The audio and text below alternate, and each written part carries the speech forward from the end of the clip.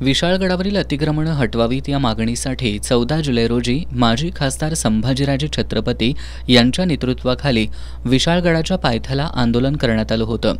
या दरम्यान गजापूर इथं मुस्लिम समाजातील लोकांवर हल्ले करून वाहनं आणि प्रापंचिक साहित्याची तोडफोड करण्यात आली होती।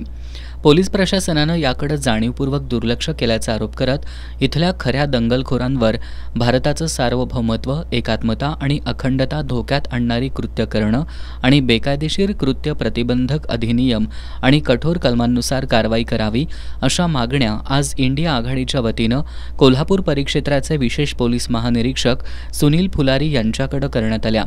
मागण्यांचं निवेदन यावेळी फुलारी यांना देण्यात आलं।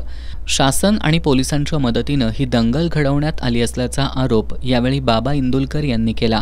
या आंदोलनावेळी दुर्लक्ष केलेल्या पोलीस अधिकाऱ्यांची चौकशी झाली पाहिजे अशी मागणी यावेळी विजय देवणे यांनी केली।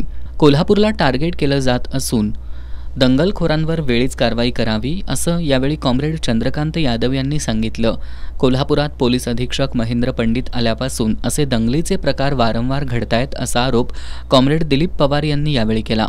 कोल्हापुरात पुन्हा असे दंगलीसारखे प्रकार होऊ नयेत यासाठी योग्य उपाययोजना कराव्यात, तसंच या दंगलीवेळी दुर्लक्ष केल्याबद्दल पोलीस अधीक्षक महेंद्र पंडित यांची बदली करावी अशी मागणी आम आदमी पार्टीचे संदीप देसाई यांनी केली।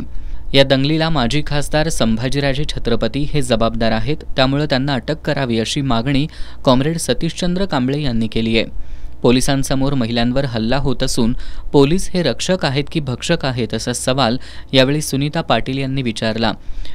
याबाबत योग्य ती कार्यवाही केली जाईल असं विशेष पोलीस महानिरीक्षक सुनील फुलारी यांनी आश्वासन दिलं। यावेळी शिवसेनेचे उपनेते संजय पवार, गणी आजरेकर, जाफर बाबा सय्यद, उत्तम पाटील, डॉक्टर मेघा पानसरे, किसन कल्याणकर, चंद्रकांत पाटील, अशोक भंडारे यांच्यासह इंडिया आघाडीचे पदाधिकारी आणि कार्यकर्ते उपस्थित होते।